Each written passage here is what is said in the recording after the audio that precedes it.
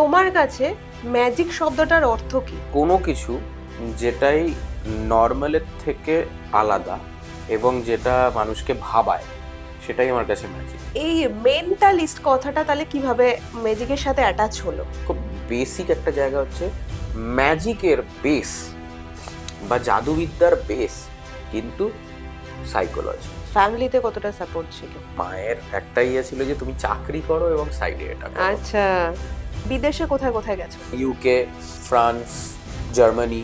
তুমি ওখানে যেটা করেছিলে অনেকটা ব্ল্যাক ম্যাজিকের মতো লাগছিল ব্যাপারটা। আচ্ছা, ব্ল্যাক ম্যাজিকও কি এক ধরনের ম্যাজিক নাকি এটা কি? হ্যাঁ, যে জিনিসটার সাদা দিক আছে সেই জিনিসটার তো কালো দিক থাকবেই। এরকম কোনো এক্সপিরিয়েন্স আছে যেটা তোমাকে এখনো মানে মনে করায় বা ভাবায়? জেনারেল ম্যানেজার ছিলেন, হুম। উনি যে নাম্বারটা বলেন আমি ওনার দিকে ঘোরানোর আগে অডিয়েন্স উঠে দাঁড়িয়ে হাততালি দিতে শুরু করে, standing ovation middle of the show.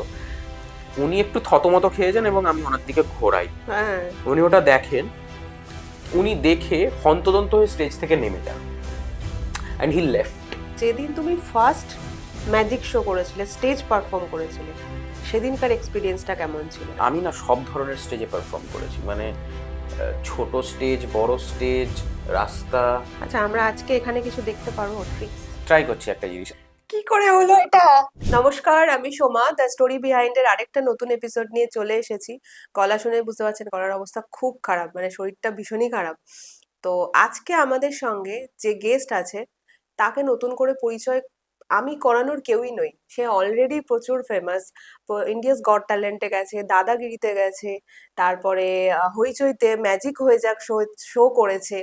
তো তাকে নতুন করে আমি পরিচয় করিয়ে দিচ্ছি না। আজকে আমাদের গেস্ট আছে তিনি, টিসি দ্য মেন্টালিস্ট ওরফে তপব্রত চক্রবর্তী। তো আজকে তার স্টোরি বিহাইন্ড শুনবো, সে কিভাবে এই জার্নিটা শুরু করেছিল, আজকে কিভাবে এই জায়গায় আসলো, তার স্টোরি বিহাইন্ডটা আমরা জানবো। তো আমাদের সাথে তোমাকে ওয়েলকাম জানাই।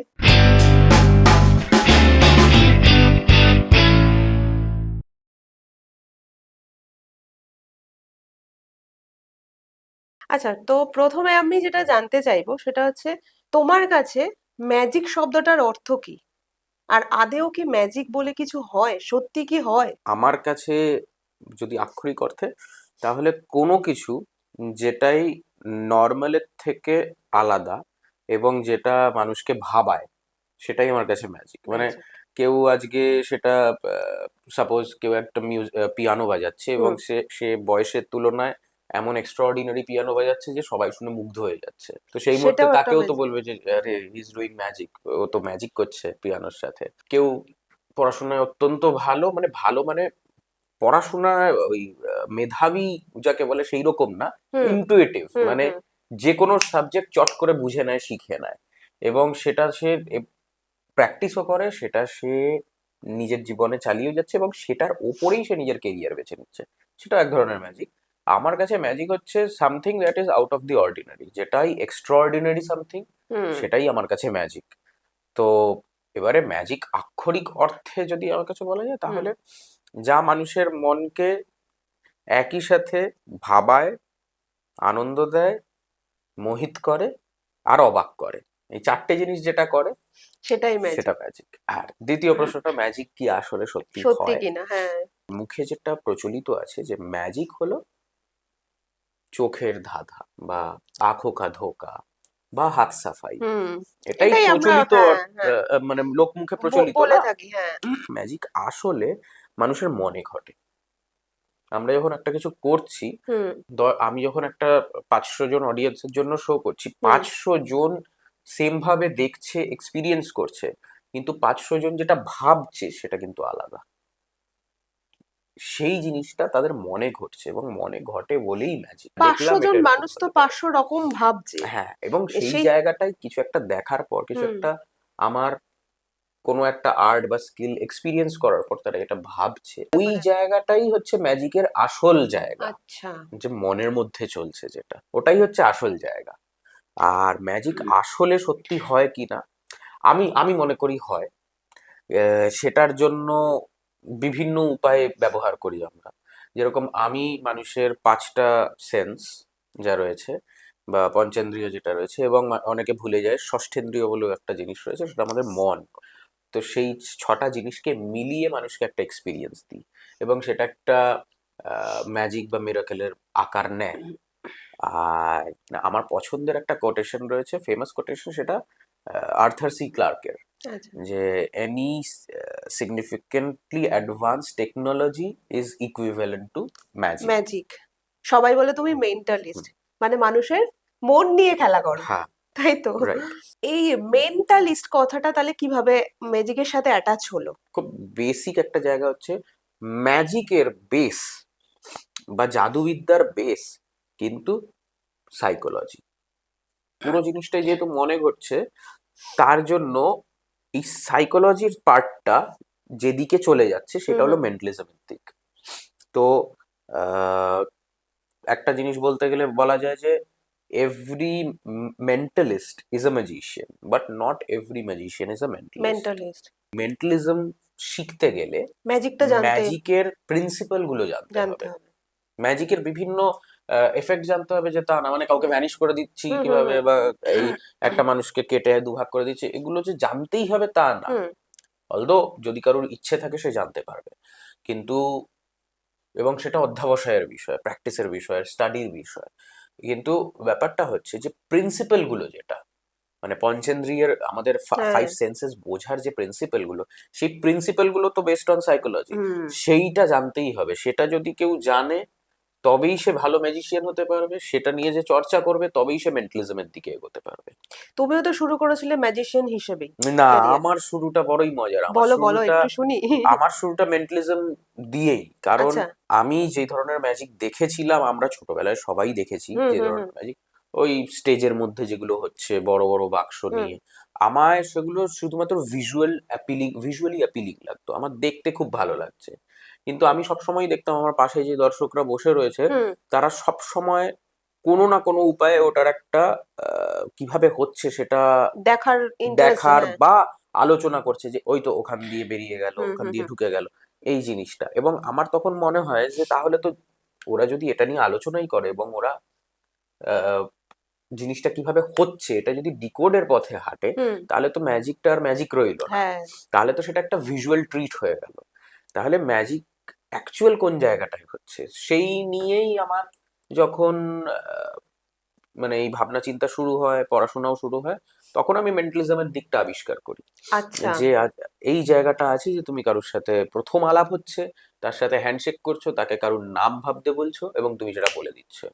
এবং এই পার্টের ম্যাজিকটা আমি বহু ভারতীয় মিস্টিসিজমের, মানে যোগী ঋষি এবং মিস্টিসিজমের ধারাতে পড়তাম, এবং তারপরে আমি দেখলাম এটা ওয়েস্টার্নাইজড ওয়েতেও অনেকে করছে, এবং সেইগুলো অ্যাকচুয়ালি প্র্যাকটিক্যাল, এগুলো হুম হুম মানে হুম। ডে টু ডে লাইফে তারা করছে।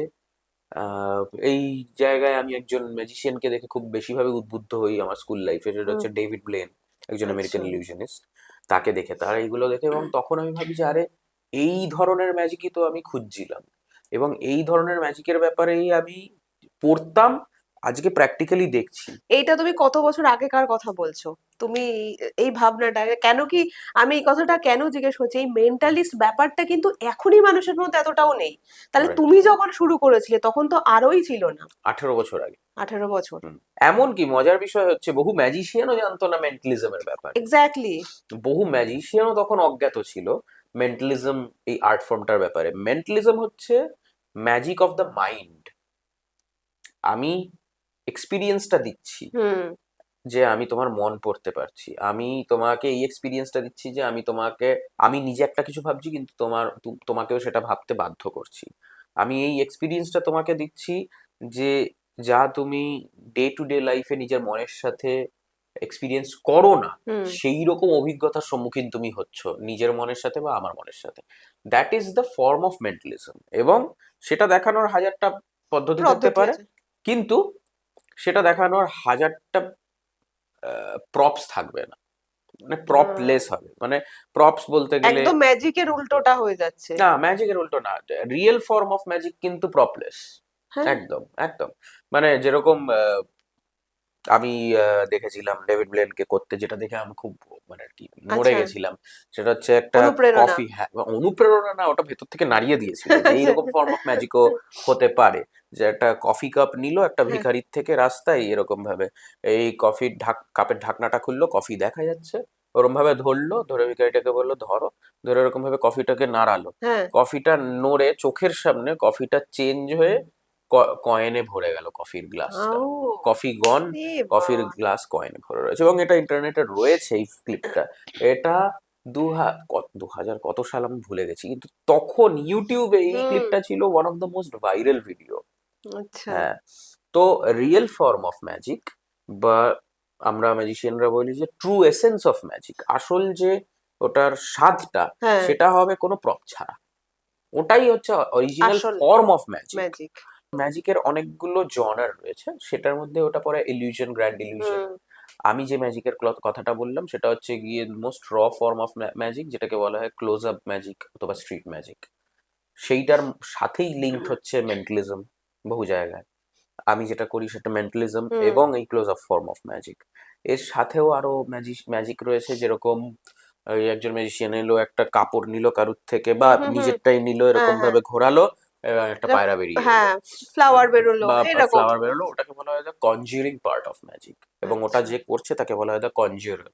একটা ফর্ম অফ ম্যাজিক একজন ব্যক্তি খুব বেশিভাবে প্রচলন করে দিয়েছিলেন, সেটা হচ্ছে এসকেপোলজি। এসকেপোলজি হচ্ছে গিয়ে ওই হাত বেঁধে দিচ্ছে, পা বেঁধে দিচ্ছে, হ্যাঁ। তাও ম্যাজিশিয়ান নিমেষের মধ্যে বেরিয়ে আসছে, অথবা কোনো হাত পা বেঁধে বক্সের মধ্যে রেখে দিচ্ছে, বক্সটাকে সমুদ্রে ফেলে দিচ্ছে। পিসি সরকারের ওই জাদুটা ছিল পিসি যেটা। সরকারের ছিল, হ্যাঁ। বাট ওটা তারও আগে যিনি এটাকে সব থেকে বেশি ভাবে আর কি খ্যাতি খ্যাতি দিয়েছিলেন, হ্যাঁ। সেটা হচ্ছে হুডিনি, হ্যারি হুডিনি।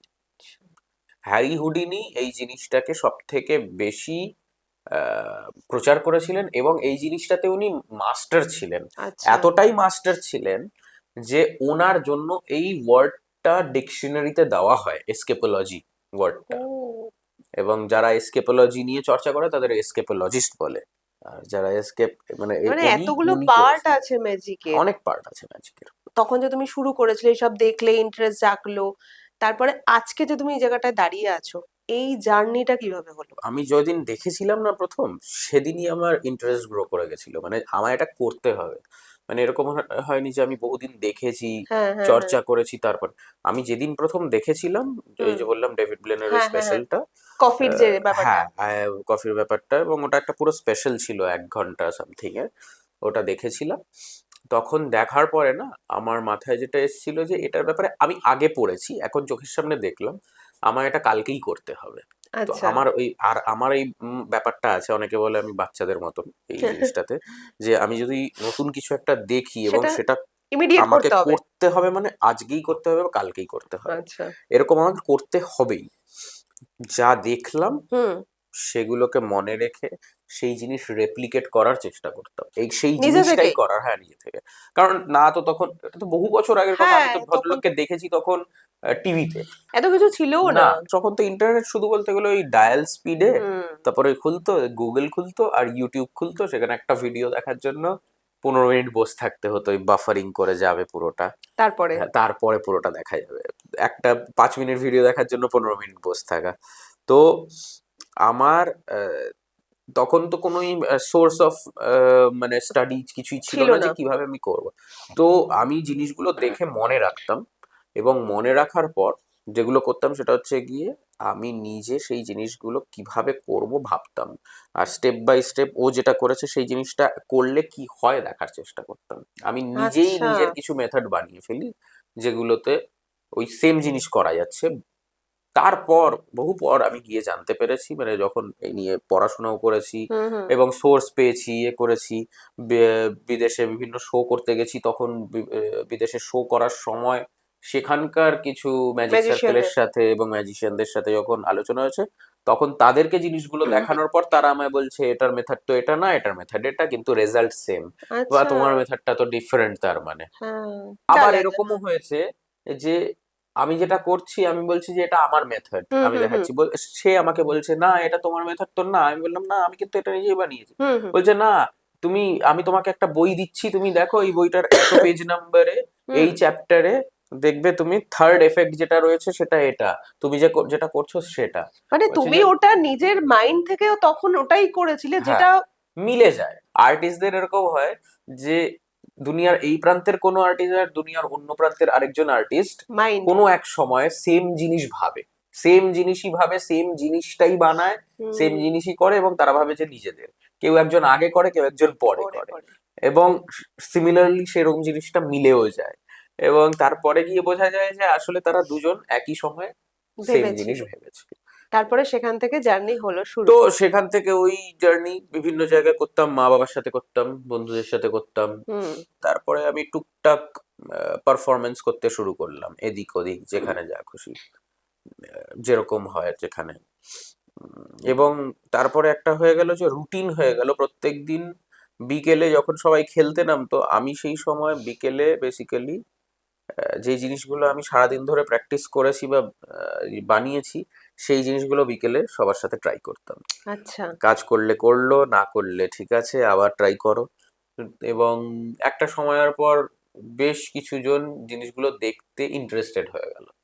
তারা দেখতে, কারণ তারাও অদ্ভুত ভাল অদ্ভুত জিনিস লাগছিল। দেখতে পাচ্ছে, নতুন নতুন জিনিস দেখতে হ্যাঁ, পাচ্ছে, মজাও লাগছে, ডিফারেন্ট ফর্ম অফ ম্যাজিক দেখতে ম্যাজিকের পাচ্ছে। অন্যরকম একটা ব্যাপার দেখতে একটা একটা পাচ্ছে। তো একটা একটা গ্যাদারিং হয়ে হুম গেল হুম আমার, হুম। বেসিক্যালি যারা বিকেল হলে ওয়েট করতো আমার যে জন্য, এটা কখন যে দেখবো কিছু। যদি কখন আমি নতুন কিছু হ্যাঁ দেখাবো, হ্যাঁ। তারা করতো। তো সেই হতে হতে হতে হতে কি হলো, যে যখন আমি স্কুল লাইফে এগুলো করতে করতে করতে করতে যখন কলেজে উঠলাম, হুম। কলেজের গণ্ডিতে গেলাম, স্কুলের গণ্ডি পেরিয়ে কলেজের গণ্ডিতে গেলাম, আমি এই জিনিসটাকে একটু সিরিয়াসলি নিতে শুরু করলাম, যে এবারে আমি আচ্ছা। এই জিনিসগুলো যেখানে যেরকম প্রফেশনাল শো পসিবল হয় আমি করব, কলেজে পড়াকালীন তো শুধু। তুমি যখন এটাকে প্রফেশন হিসাবে নেওয়া শুরু করলে, হুম, ফ্যামিলিতে কতটা সাপোর্ট ছিল? এটা খুব স্বাভাবিক, মানে তখন বাবা মায়েদের চিন্তা তো থাকবেই। এক্স্যাক্টলি।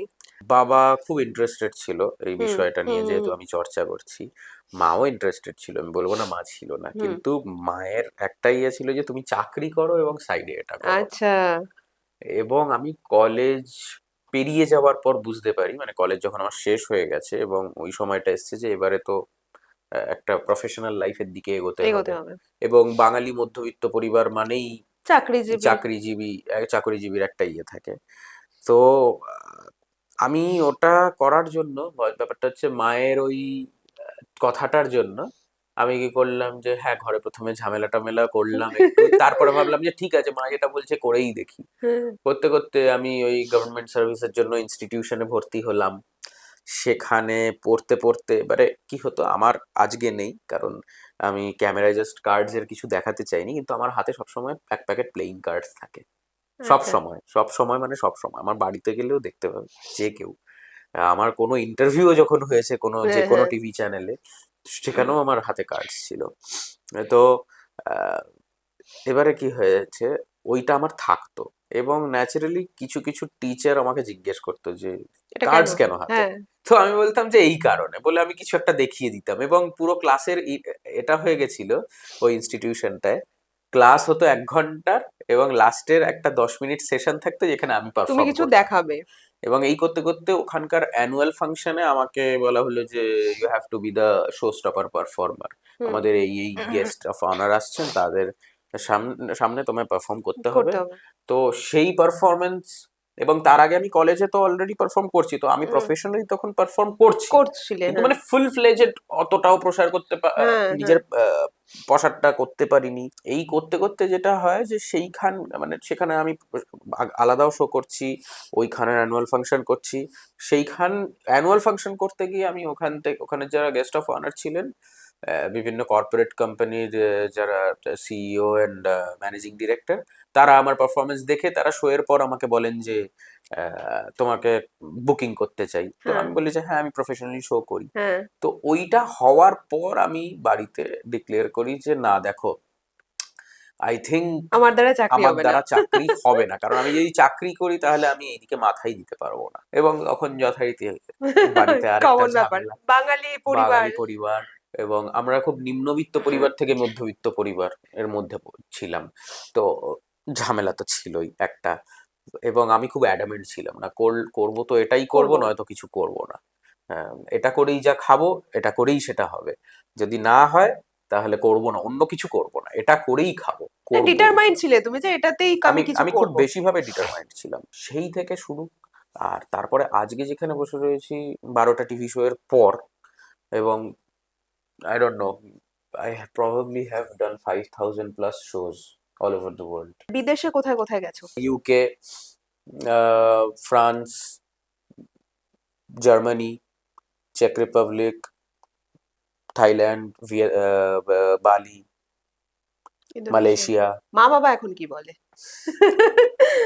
এখন না অনেক দিন ধরে খুশি করতে পেরেছি এবং এটা একটা খুব আনন্দের জায়গায়, মানে সন্তান হিসেবে বা ছেলে হিসেবে এটা খুব আনন্দের জায়গা যে মা বাবা খুশি। তোমাকে তো অনেকদিন ধরেই আমি দেখছি তোমার কাজগুলো, ইন্ডিয়াস গট ট্যালেন্টে তুমি যখন গেছিলে, তো আমি সেরকম ভাবে কাউকে এরকম দেখিনি, মানে ম্যাজিশিয়ান ঠিক আছে কিন্তু মেন্টালিস্ট এই ব্যাপারটা, হ্যাঁ, তো ওই এটা বাংলারও গর্ব থ্যাংক বলা ইউ। চলে। আমার মনে হয় যে খুশি হলেই হয়, দর্শক যদি খুশি হয়, that's more of an achievement as an artist, as a magician.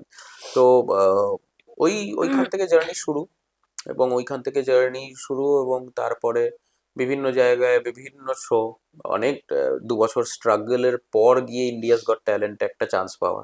এবং ইন্ডিয়াস গট ট্যালেন্টের মানে লোকজন তো দেখেছে ডাইরেক্ট টিভিতে, হুম হুম হুম। টিভিতে যাওয়ার আগেও, এটা জানে না অনেকেই, টিভিতে যাওয়ার আগেও 3টে রাউন্ড অফ অডিশন থাকে আচ্ছা, এবং সেই অডিশনটা শুরু হয় সকাল 8টায় এবং সেটা শেষ হতে হতে প্রায় রাত 3টে বেজে যায়। বম্বেতে গিয়ে করতে হতো? না, সেটা হয় কলকাতায়। আচ্ছা, সেটা হয় কলকাতায়, সেই 3টে রাউন্ড ক্লিয়ার করলে তবে মুম্বাইয়ের ডাক পাওয়া যায়। তো ইন্ডিয়াস গট ট্যালেন্টে আমার রেফারেন্সটা যায় এই হিসেবে যে আমি কলেজ লাইফ, মানে যখন থেকে আর কি আমি প্রফেশনালি এটাকে নিয়ে নিয়েছিলাম এবং হুম আমি জানতাম যে আমি এটাই করব। হুম হুম হুম তারপরে তো মা বাবার চাপে ওই চাকরিরে, হুম। সেটা হচ্ছে গিয়ে আমি ইন্টার কলেজ কম্পিটিশন বলে একটা কম্পিটিশন হতো, যেটা সিটি সেন্টার 2-তে হতো এবং সেটার সেকেন্ড ইয়ার ছিল সেটা, এবং ওই কম্পিটিশনটার সেকেন্ড ইয়ারে আমি চ্যাম্পিয়ন হই। ও, হ্যাঁ, এবং সেই সময় আমি তখন কলেজের সেকেন্ড ইয়ারে পড়ি, আমি চ্যাম্পিয়ন হই, আমি ম্যাজিক দেখিয়ে চ্যাম্পিয়ন হুম। হই। ওটা একটা 2 মিনিটস টু ফেম বলে একটা সেগমেন্ট হতো, নিজের ট্যালেন্ট দেখাও, এবং সেইটায় আমি ম্যাজিক দেখাই এবং আমি চ্যাম্পিয়ন হই। চ্যাম্পিয়ন হওয়ার পর আমি বাইক জিতি, মানে একটা, আচ্ছা, হ্যাঁ, পেপারে নাম বেরোয়, হুম, একটা ট্রফি হয়, আর রেডিওতেও আমার একটা ইন্টারভিউ, এক্সপোজার হুম, হয়। না, জাস্ট মানে আর কি হ্যাঁ বলা যে হয় যে ইন্টার কলেজ কম্পিটিশনের চ্যাম্পিয়ন। এই সমস্ত কিছু নিয়ে তখন আমার বাবা মা জানতে পারে যে আচ্ছা ছেলে প্রফেশনালি পারফর্ম করছে, তার আগে পর্যন্ত আমার জানতো বাবা না। মা জানতো না। আচ্ছা, তো ওইটা আমি করি, তারপরে একটা কলকাতাস গট ট্যালেন্ট বলে একখানা প্রোগ্রাম শো হয়, হচ্ছে, হ্যাঁ। সেটাতেও আমি চ্যাম্পিয়ন হই। তার 2 বছর পর, তার 2 বছর পর ওখানে ওটা হওয়ার পর আমি মানে কলেজ জাস্ট পেরিয়েছি, সেইখানেই ওই কলকাতাস গট ট্যালেন্টে আমি হুম হুম। চ্যাম্পিয়ন হই। সেখান থেকে ওখানকার অর্গানাইজাররা আমাকে, আমার প্রোফাইলটাকে রেফার করে ইন্ডিয়াস গট ট্যালেন্ট। তো ইন্ডিয়াস গট ও, ট্যালেন্টের লোকজন বলে যে এসে অডিশন দাও। হুম আমি বলি যে কি মুম্বাই? বলে যে না, মুম্বাই তো পরে, আগে তো কলকাতায় আমরা আসবো সিটি অডিশনের জন্য, সেই সিটি অডিশনে তুমি যদি পাস করো 3টেতে, তাহলে তবে গিয়ে তোমার মুম্বাইয়ের ডাক পড়বে। তো সেই সকাল 8টা থেকে রাত 3টে, মানে আমি রাত 3:30টায় বাড়ি ফিরেছিলাম সেই অডিশন করে। একদিনেই 3টে একদিনেই 3টে হয় এবং তারপরে তোমায় বসে থাকতে হবে যে অ্যানাউন্সমেন্টের জন্য? চ্যানেল আর প্রডিউসার তোমাকে পছন্দ করেছে কিনা, তবে গিয়ে তোমার ডাক আসবে এবং তারপরে ফর্মালি সমস্ত কিছু হবে, দেন তো ইউ গো টু দা। হ্যাঁ, এবং টিভিতে যাওয়ার পরেও কোনো গ্যারান্টি নেই যে তোমার পারফরমেন্স টেলিকাস্ট হবেই। দেখানো হবে নাকি? তোমার পারফরমেন্সটা সেই রকম হতে হবে, হুম। এবং সেটা এনাফ টিআরপি আনতে হবে, মানে ওরকম আনার মতন হতে হবে, তবে গিয়েই ওটা টেলিকাস্ট হবে। তুমি ওখানে যেটা করেছিলে অনেকটা ব্ল্যাক ম্যাজিকের মতো লাগছিল ব্যাপারটা, তো আমি এটা ভাবছিলাম যে ব্ল্যাক ম্যাজিক আর মেন্টালিস্ট কি সেম জিনিস? না না, মেন্টালিজমে অনেক কিছুই দেখানো যায় যেটা দেখে মনে হবে যে সুপার ন্যাচারাল বা ব্ল্যাক ম্যাজিক বা আলাদাই ধরনের পাওয়ার রয়েছে। কারণ আর্ট ফর্মটা ডিল করছে মানুষের মাইন্ডকে নিয়ে, এবং মানুষের মাইন্ডের অনেকগুলো সাইড রয়েছে যেগুলোকে যদি এক্সপ্যান্ড করা যায়, এক্সপ্লোর করা যায়, হুম। সেটা দেখে মনে হবে যে এটা তো এক্সট্রাঅর্ডিনারি, এটা তো সুপার ন্যাচারাল, কিন্তু ওগুলোকেও ডাইসেক্ট করা যায়। তো আমি ইন্ডিয়াস গট ট্যালেন্টে যেটা করেছিলাম সেটা আমি আমার লাইভ শোতেও করি, আমার লাইভ শোতেও আমি সেই জিনিসটা করি। আচ্ছা, হ্যাঁ, ওই শুধু শক, ওই ইলেকট্রিক শকটা বাদে, কারণ ইলেকট্রিক শকটার ব্যাপারটা হচ্ছে গিয়ে অনেকের হার্ট দুর্বল থাকতে হ্যাঁ পারে হ্যাঁ এবং হ্যাঁ। সবার জন্য ইলেকট্রিক শকটা ইজ নট, কি বলবো, অ্যাবসলিউটলি নট ওকে। তাই জন্য আমি ওইটুকুনি বাদে, মালাইকাকে যে ইলেকট্রিক শকটা হুম হুম হুম দিয়েছিলাম হুম। ওইটুকুনি বাদে বাকি আমি ওই জিনিসটা লাইভ শোতেও আমার পারফর্ম করি। ইনফ্যাক্ট কয়েকদিন আগেও করেছি, আবার কয়েকদিন পরের শোটাতেও করব। তো ব্ল্যাক ম্যাজিক বলবো না, it's a form of magic and it deals with hypnosis. আচ্ছা, ব্ল্যাক ম্যাজিকও কি এক ধরনের ম্যাজিক, নাকি এটা কি? হ্যাঁ, যে জিনিসটার সাদা দিক আছে সেই জিনিসটার তো কালো দিক থাকবেই। তুমি এই যে যখন ম্যাজিক দেখাও হুম, কোনো স্টেজে, হুম, কখনো ধরো কোনো কিছু ট্রিক্স কাজ করলো না, হুম। তখন কি করো? তো প্রথমে তো স্টেজে আমি ভেবে উঠি যে মানুষের মন যে কোনো দিকে যেতে পারে, তাই 98% চান্স আছে যে এটা আমি যেরম ভাবে ভাবছি হবে, হুম। আর 2% চান্স আছে আমি হবে যেরম না। ভাবে ভাবছি সেটার ধারে কাছেও যাবে না। তো ধারে কাছে না গেলে আমি কি করব সেই জিনিসটাও আমায় ভেবে রাখতে হয়, এবং সেই জিনিসটাও যদি কাজ না করে তাহলে কি করতে হবে আমায় ভেবে রাখতে হয়। এরকম কখনো হয়েছিল হ্যাঁ, কারোর সাথে? হ্যাঁ, মানুষ পারলাম কি না। বুঝতে পারে যে না কাজ করছে না বা না, কিছু? ওটাই তো মজাটা, যে এন্ড রেজাল্ট ওটাই, দর্শক ভাবে যে পার্ট অফ দি অ্যাক্ট এটা, আচ্ছা। যেটা প্রথম দিকে কাজ করেনি এবং তারপরে গিয়ে কাজ করেছে। ও, কারণ ওই জিনিসটা প্রেজেন্টেশনটা এরকম থাকে। প্রেজেন্টেশন এবং সবার অ্যাটেনশনটাকে আমায় ওরম ভাবেই ক্যাপচার করে রাখতে হয়। That is the main thing, যে আমি ওটাকে ওরম ভাবেই ক্যাপচার করে রাখছি যে অডিয়েন্স জানবে না শেষে কি হচ্ছে। ম্যাজিকে খুব গুরুত্বপূর্ণ জায়গা হচ্ছে এলিমেন্ট অফ সারপ্রাইজ। তারপর তুমি অডিশন দিতে গেলে হুম, ইন্ডিয়াস গট ট্যালেন্টে, অডিশন দিয়ে সিলেকশন হয়ে গেল, হুম। হয়ে তারপর বম্বে তারপরে গেলে। গেলাম মুম্বাই, দ্যাট ইজ বুঝেছো? My first break. হ্যাঁ, আচ্ছা, আমার ফার্স্ট টিভি ব্রেক ওটাই আগে আমরা হয়েছে। প্রথমের ঘটনাটা শুনি, হ্যাঁ, মানে এটা। অবশ্যই তো। ওটা অনেক বললাম যে বড়, কঠিন এবং মজা তিনটে একসাথে। কিন্তু আমি একটা কথা বলতে চাই, তোমাকে একটা হুম, ইন্টারাপ্ট করছি, এটা কিন্তু খুব মানে একটা লাকি ব্যাপার হুম, যে তুমি ফার্স্ট চান্স, ফার্স্ট ব্রেক পেলে ইন্ডিয়াস গট ট্যালেন্টে, হুম। যেটা কিন্তু জেনারেলি সবাই হয় না। ওই বহু ম্যাজিশিয়ান বিলিভ করে, বহুজন করে না, আমি বিলিভ করি। ওই এখানে লেখা সবটা আগের থেকে তো, এটা আমি ভাবি, কারণ আমি যখন এই ধরনের এফেক্ট করি যে অডিয়েন্স স্টেজে আসছে এবং এক একটা জিনিস ভাবছে এবং কিছু একটা দেখানো হচ্ছে, সেখানে দেখা যাচ্ছে আগের থেকে আমি লিখে রেখে দিয়েছি, ওটা খানিকটা এরকমই ব্যাপারটা। তো এবারে ব্যাপারটা হচ্ছে গিয়ে ওখানে যাওয়ার পর, হ্যাঁ অবভিয়াসলি ওখানেও অনেক কিছু বোঝাতে, এবং ব্যাপারটা হচ্ছে আমি যে ধরনের জিনিসটা করছি সেটা হুম, প্রথমবার তখন ইন্ডিয়াস গট ট্যালেন্টে হবে। তার আগে অবধি যে ধরনের ম্যাজিক হয়েছে সেগুলো ওই ট্র্যাডিশন, হয় কনজিউরিং ম্যাজিক হুম, হয়েছে, হুম, যেগুলো তুমি পেপারকে বললে। পাখি করে দিচ্ছে এরকম ধরনের, অথবা ইলিউশন হয়েছে। হুম, হুম, হুম। কিন্তু এই যে ফর্ম অফ ম্যাজিকটা আমার হয়নি। আমার আগে কখনো হয়নি, তাই জন্য ওদেরকে কনসেপ্ট বোঝাতে খুব অসুবিধা হতো, এবং বুঝতে পারলেও তারপরে হবে কিনা। এবং হুম, মালাইকার সাথে আমি যখন ওটা করব ডিসাইড করলাম, হুম, হুম, তো তখন কয়েকজন বলেছিল যে মালাইকার টিম রেগে যেতে পারে এবং মালাইকা রেগে যেতে পারে এই এইরকম হলে, হুম। কারণ ও খুব মানে স্পিরিচুয়াল এবং সুপারস্টিশিয়াস দুটো একসাথে। হ্যাঁ, তো আমি বলি যে ওকে দেখা যাক। হ্যাঁ। তো স্টেজে উঠে ওরা আমাকে যা বলেছিল বলতে, হুম, আমি ভাবি না, পারফর্মার তো আমি, স্ক্রিপ্ট বাদ দাও, অ্যাকচুয়াল আমার তো হচ্ছে গিয়ে ওদের মাইন্ডটাকে এ করতে হবে। অনেকে ভাবে যে এগুলো স্ক্রিপ্টেড, হুম, হুম, হুম। জাজেসদেরকে আগে হ্যাঁ, থেকে বলা থাকে, এক্স্যাক্টলি। তা নয়। জাজেসরা জানে যে কি ধরনের অ্যাক্ট তারা আজকে দেখতে চলেছে, হুম। লিস্ট তাদের কাছে আছে, কিন্তু জাজেসরা জানেন না যে আচ্ছা এরপরে এই অ্যাক্ট, তারপরে ওই অ্যাক্ট, এটা আচ্ছা, আচ্ছা। জাজেসরা জানে না। এবং যে পারফর্মার আসছে হুম। সে এসে কি দেখাবে সেটাও সেটাও জাজেসরা জানে না। জানে না। যদিও আমারটা ছিল হাইয়েস্ট রেটেড ম্যাজিক ওই সিজনে, 10 মিলিয়ন ভিউজ ছিল আমার, যখন ওটা ইয়েতে এলো, দেখানো সোশ্যাল মানে মিডিয়াতে সোশ্যাল এলো। মিডিয়াতে আপ হ্যাঁ, হয়ে গেছিল। তখন 10 মিলিয়ন ভিউজ এসেছিল। It was one of the most watched magic actually in ওটা দ্যাট দেখে ইয়ার। আমারও মনে হচ্ছিল কোথাও ওটা ব্ল্যাক ম্যাজিক ব্ল্যাক হচ্ছে। ম্যাজিক, আমাকে আজও লোকে সেই প্রশ্নটাই করে যে এটা কি ব্ল্যাক ম্যাজিক ব্ল্যাক হয়ে গেল ম্যাজিক। তবে। বিকজ দেখো, আমরা সবাই জানি কি ব্ল্যাক ম্যাজিক হয়, ওরকম একটা পুতুলের ওপরে কিছু একটা আঘাত হা করছে, হা মানে হা। সেই আঘাতটা সেই ওরিয়েন্টেড মানুষের কাছে গিয়ে আঘাতটা লাগছে বা তার ক্ষতি হচ্ছে। তো সেম ভাবে ওটাও তাই হচ্ছিল। প্রেমিসটা তাই ছিল, এবং মালাইকার যে রিয়াকশনটা ছিল ওটার হ্যাঁ, ফলে, ওটা কিন্তু সত্যি মানে ন্যাচারাল। আমিও এক্সপেক্ট করিনি যে ও অতটা প্রভাবিত হবে, হুম, হুম, অতটা ওর হুম। উপর এফেক্ট পড়বে। এবং কিছু কিছু বলিউড ট্যাবলয়েড এটার উপরে আর্টিকেলও দিয়েছিল, যে দিস পারফর্মার মুভড মালাইকা, মানে বেশ কিছু আর্টিকেল বেরিয়েছিল, এগুলো আমাকে অনেকে শেয়ার করেছিল, যে মুম্বাইয়ের আমার যারা দেখেছে বা কোনো বন্ধু বান্ধব তারা শেয়ার করেছিল আমাকে, যে এই দেখ এই বলিউড ট্যাবলয়েড, এই ইউটিউব চ্যানেল এই আর্টিকেল দিয়েছে, হুম, হুম, হুম। এই ভিডিও আর্টিকেল দিয়ে দিয়েছে। তো আমিও তখন দেখেছি মালাইকা সত্যি ভয় পেয়েছিল ব্যাপারটাতে। আর ওর ফেসটা দেখে আমারও কোথাও মনে হচ্ছিল যে মানে আনন্যাচারাল লাগছিল ওর হ্যাঁ, জিনিসটা, মানে ও ফেসে সেটা বোঝা ওর যাচ্ছিল। ওর ওর এবং ওটা অনেকেই জানে না কারণ ক্যামেরা ততক্ষণে কাট হয়ে গেছিল। হুম।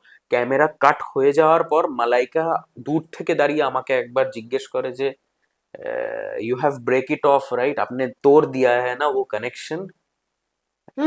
এটা আমাকে জিজ্ঞেস করেছিল এবং আমি বলেছিলাম of course it's just an experience of the mind, nothing else.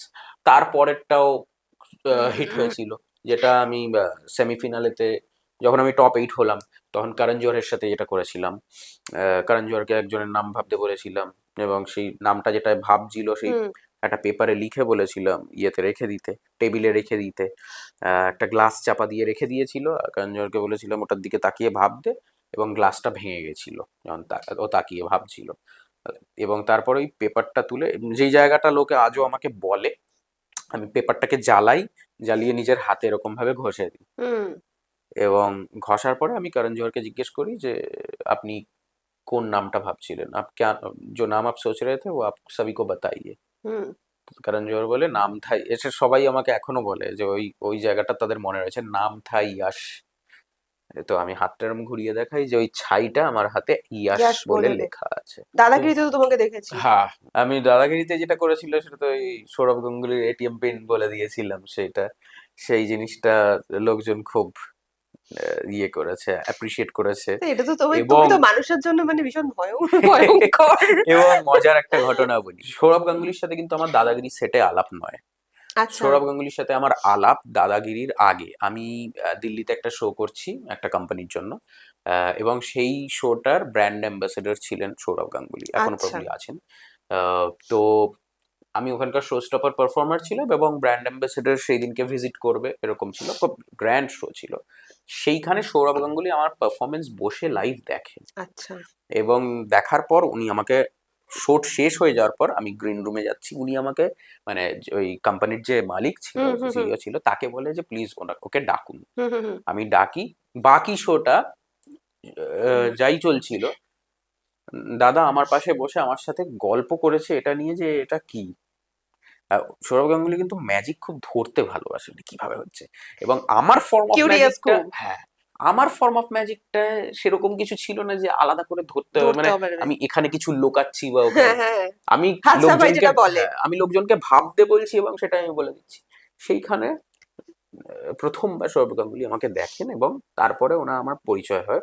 এবং তারপরে মানে হি ওয়াজ সো কাইন্ড, আমি ওনাকে বলি যে আপনি আমার শো এর ব্যাপারে যদি কিছু একটা বাইট দেন খুব ভালো হুম হয়। হুম উনি হুম আমাকে আলাদা করে স্পেশালি বাইরে ডেকে নিয়ে গিয়ে আমাকে একটা রেকর্ডিং করে দেন যে কিরম লেগেছে, সেটা ইউটিউবে আছে বা ইনস্টাগ্রামে আছে, সবাই দেখতে পারে। তো তারপরে আমার একটা শো আসে, যেটা হচ্ছে গিয়ে ওটিটিতে, বাংলার বেঙ্গলি ওটিটিতে, হইচইতে, হুম ম্যাজিক হয়ে যাক বলে। আচ্ছা আমার একটা নিজস্ব স্ট্রিট ম্যাজিক সিরিজ রয়েছে। তো সেইটার পর, সেটা দেখার পর আমাকে জি বাংলা থেকে কল করে যে আমরা দাদাগিরিতে এইরকম জিনিস, হ্যাঁ, দাদাগিরিতে এইরকম জিনিস আমরা, স্ট্রিট ম্যাজিক তো হবে না কিন্তু এইরকম জিনিস আমরা দাদাগিরিতে করতে চাই। করতে চাই। আচ্ছা তখন ওদের সাথে ডিসকাশন হয় এবং আমি ওই গেস্ট এপিসোডে ইনভাইটেড হয়ে যাই। এবং সেখানে সৌগঙ্গুলি জানতো না যে আমি কি করব। আচ্ছা আমাকে যখন দেখতে পেন উনি সেটে, হি গ্রিটেড মি যে কেমন আছো। হুম হুম হুম হ্যাঁ, আমি বলি আপনার মনে আছে দাদা আমাকে, যে হ্যাঁ হ্যাঁ। বাট আমি ওনাকে বলি না যে কি হবে নেক্সট। তো আমি অফ দ্য টপ যখন চলছে ওখানেই আমি বলি যে, অ্যান্ড এটা প্রোডাকশনের 1-2জনকে আমি বলে রেখেছিলাম যে আমি এটা করব হুম কিন্তু হুম এটা নাও করতে পারি, এটা পুরো ফ্লো শিওর নই। দেখে, এটা ফ্লো দেখে করব। তো আমি ওই ফ্লো দেখেই ভাবলাম যে হতে পারে। আমি বললাম যে দাদা আপনি একটা নাম্বার ভেবেছিলে তোমার মনে আছে? উনি বললেন হ্যাঁ। আমি বললাম তুমি কাউকে বলেছো এখানে? বলছে না। হুম বললাম 4 ডিজিট নাম্বার তোমার নিজের টিম। হ্যাঁ। ওকে, চোখ বারবার মনে রিপিট করো, ভাবো। And আমি ওটা হাতে লিখি, ক্যামেরাকে আগে দেখাই, তারপরে হাত মুঠো করে এরম ভাবে ধরে থাকি। আমি ওনাকে জিজ্ঞেস করি কি ছিল, প্রবাবলি 700 সামথিং কিছু একটা ছিল এরকম। উনি বলেন, আমি হাত খুলে ওনাকে দেখাই, and ওই জায়গাটায় I first time I myself saw Sourav Ganguly যে একটু এরকম মানে আর কি অবাক হয়ে হ্যাঁ, গেছে। পিছিয়ে যেতে, অবাক হয়ে, স্টান্ড যেটাকে বলে ইংলিশে, ওইটা হয়ে গেছে।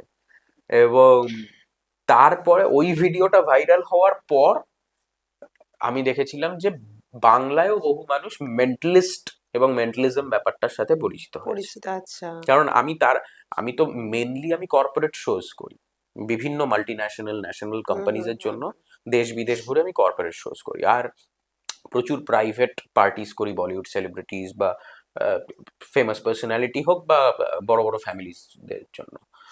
মানে তাদের সোশ্যাল গ্যাদারিং হুম এই হুম হুম। সমস্ত জায়গায়।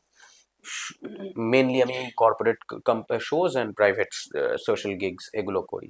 কিন্তু ওই দাদাগিরি ভাইরাল হওয়ার পর আমি প্রচুর শো করেছি গ্রাম বাংলার দিকে, মানে তখন মানে তোমার গ্রামের পরিচিতিটা দিকে, ভীষণ হ্যাঁ, মানে গ্রামের দিকে গ্রামের মানুষ। দিকে পরিচিতিটা হয়েছে। হ্যাঁ।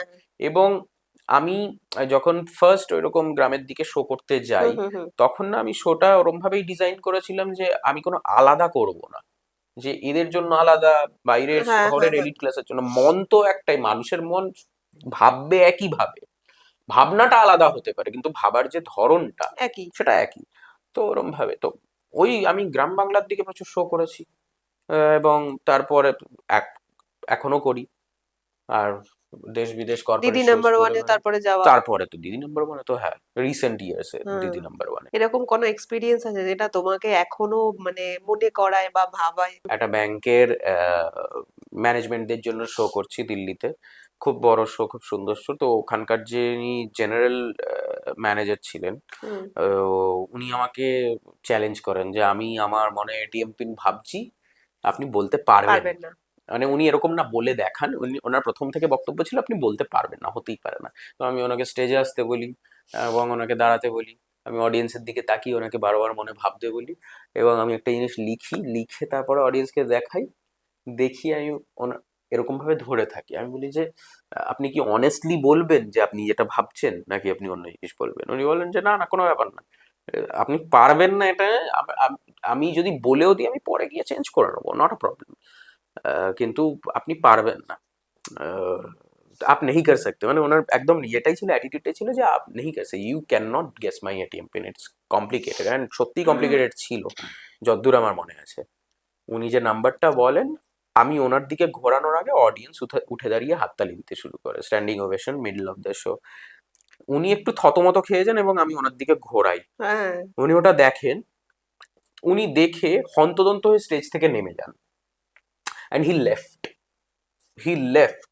আমি ভাবি যে খেপে গেল, জেনারেল ম্যানেজারকে খেপিয়ে দিয়েছি তো, খুব বিচ্ছিরি ব্যাপার করলাম, বিজনেসের জন্য খুব বিচ্ছিরি। আবার মানে এবার শো। পরে হ্যাঁ। শো এর বাজে রিভিউ না আসে। হুম হুম হুম। পরে জানতে পারলাম যে উনি বিশ্বাসই করতে পারেননি যে আমি এটা করে দিয়েছি, এবং উনি ওই মুহূর্তে চলে গেছিলেন নিজের ATM pin ATM change pin করতে। চেঞ্জ করতে আমি এটাই ভাবছিলাম যে উনি ওই মুহূর্তে চলে গেছিল, উনি বাকি শো আর দেখেননি। উনি পরে বলেছিলেন যে আহ, মানে আমি আর এনাকে চ্যালেঞ্জ করবো না ভবিষ্যতে। তারপরে আমি শো করেছি ওই কোম্পানির জন্য, ব্যাংকের জন্য, উনি দেখেছেন কিন্তু উনি কোনোদিন একটা শব্দ করেননি তার পরের বছর। আরেকটা ছিল যে একজনের, আমি একটা বিট করতাম, এখন কিছুদিন বন্ধ রেখেছি ওটা, যে কোনো স্বজন যাকে হারিয়ে ফেলেছে কেউ, আমি তার ব্যাপারে ভাবতে বলতাম হুম হুম হুম। এবং তারপরে আমার পালস ধরতে বলতাম। যখন আমার পালস ধরে থাকতো আমি বলতাম যে ওটা বিট করতে, মানে মাপতে পালসটা কিরকম রেটে যাচ্ছে। একটা সময়ের পর আমার পালসটা ফ্ল্যাট হয়ে যেত এবং ফ্ল্যাট হয়ে যাওয়ার পর আমি তার দিকে তাকিয়ে সে কোন নামটা ভাবছে সেটা আমি বলে দিতাম। সিরিয়াসলি? হ্যাঁ, এবং শুধু নাম বলতাম না, তাকে কিরকম দেখতে ছিল, তার গঠন কিরকম ছিল, তার বিশেষণ কেমন, সেগুলোও বলতাম এবং তার নামটাও বলতাম। এটা করার পর একজন, আমার মনে আছে, আমাকে স্টেজে একবার জড়িয়ে ধরেছিল কাঁদতে কাঁদতে। তার ইমোশনালি একটা আলাদা জায়গায় হিট করে গেছিল। প্রচুর সেলিব্রিটির সাথে এরকম করেছো কাজ, হুম।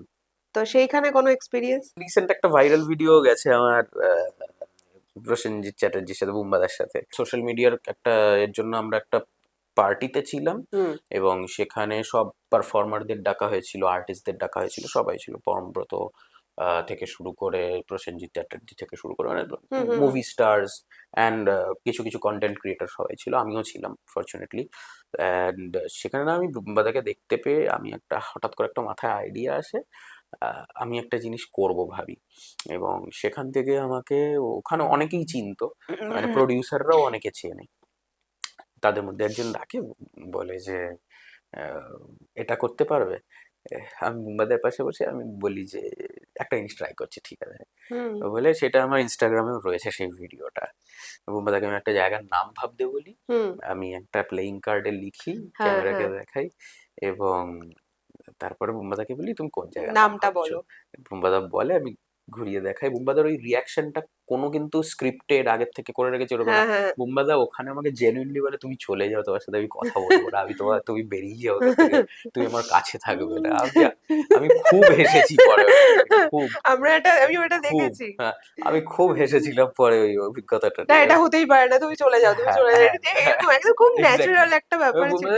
ওটা ওটা মানে আর কি, পরে আমাকে এসে জিজ্ঞেস করেছে যে তুমি এটা করলে কি করে, তুমি ওটা জানলে কি করে, আমি ওটা ভাবছি, আমি তো কাউকে বলিনি, কোথাও কিছু করিনি, তুমি এটা জানলে কি করে যে আমি ওটা ভাবছি, তুমি আমার ধারে কাছে আসবে না। তারপর একটা ছোট্ট অভিজ্ঞতা শেয়ার করছি, আমার এখনো মনে আছে। আমি একটা প্রোডাকশন কোম্পানির অফিসে, এবং সৃজিত মুখার্জি উনিও ওখানে ছিলেন।